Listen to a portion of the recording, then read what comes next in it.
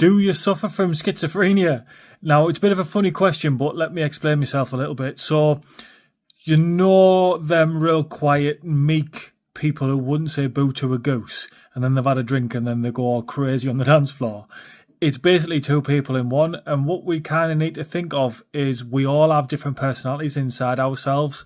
We have an external hard shell that we show the world, but we have multiple levels and layers inside and different personalities.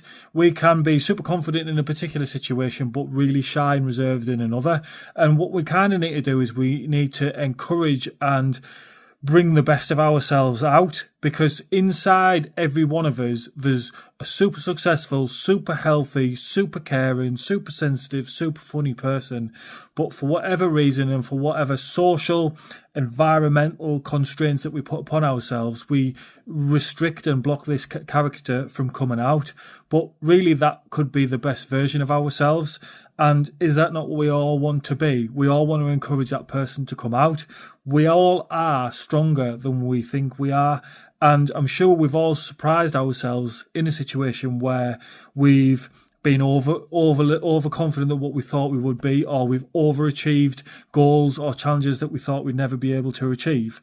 And what happens is, when that happens, you feed your confidence a bit of sort of protein or growth serum, and then that grows a little bit.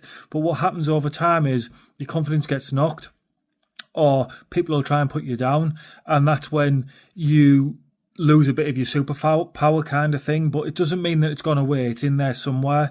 And what I always say is, it takes an extremely long time to build your confidence up, but it can take a split second to knock it down, and then it takes a long time to build it back up. But just think, like, inside you there is that person somewhere deep down.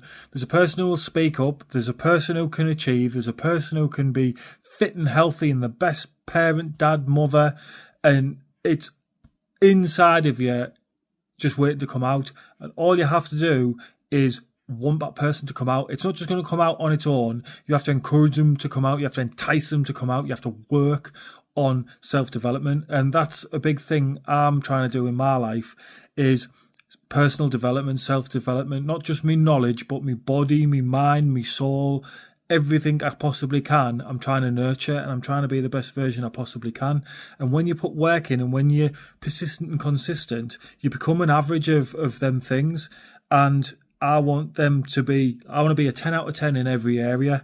And it's all right if you're not, you can work on it, but you need to be working on yourself. You can't just expect it to boom one day and it's going to happen out the blue.